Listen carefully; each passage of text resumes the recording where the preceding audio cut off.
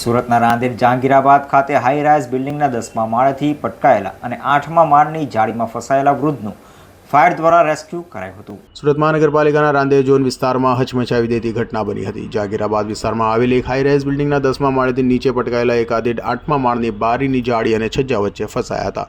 તો બનાવને લઈ ફાયરને જાણ કરાઈ હતી।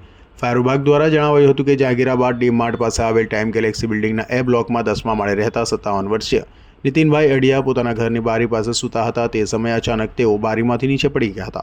સદનસીબે તેઓ સીધા જમીન પર પટકાવાને બદલે 8મા માળે આવેલ બારીની બહારની જાળીમાં અને છજ્જા ભાગે અટકી ગયા હતા।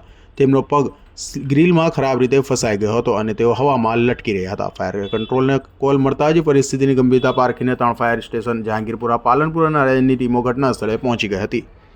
ફાયર બ્રિગેડની ટીમો ઘટના સ્થળે પહોંચીને તરત જ ડબલ પ્રોટેક્શન પ્લાન સાથે કામગીરી શરૂ કરી હતી।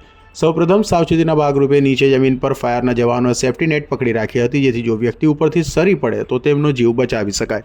બીજી તરફ જવાનો 10મા માળે અને 8મા માળે પહોંચી ગયા હતા। 10મા માળેથી રોપ એટલે કે દોરડું અને સેફ્ટી બેલ્ટ વડે નીતિનભાઈને સુરક્ષિત બાંધ્યા હતા અને નીતિનભાઈના પગ 8મા માળની ગ્રીલમાં ફસાયેલો હોવાથી ફાયર જવાનો હાઇડ્રોલિક કટર અને સાધનો વડે જાળી કાપીને તેમને મુક્ત કરાવવાની તજવીજ કરી હતી। આશરે 1 કલાક સુધી ચાલેલી આ મહેનત અને ફાયરની જવાનોની સમજસૂચકતાને અંતે નીતિનભાઈને હેમખેમ બહાર કઢાયા હતા અને સુરક્ષિત રીતે અંદર ખેંચી લેવાયા હતા। આ દ્રશ્યો જોઈને ત્યાં હાજર લોકો હાશકારો અનુભવ્યો હતો। રેસ્ક્યુ બાદ તુરંત જ તેમને 108 એમ્બ્યુલન્સ મારફતે નજીકની ગુરુકૃપા હોસ્પિટલે સારવાર માટે ખસેડાયા હતા।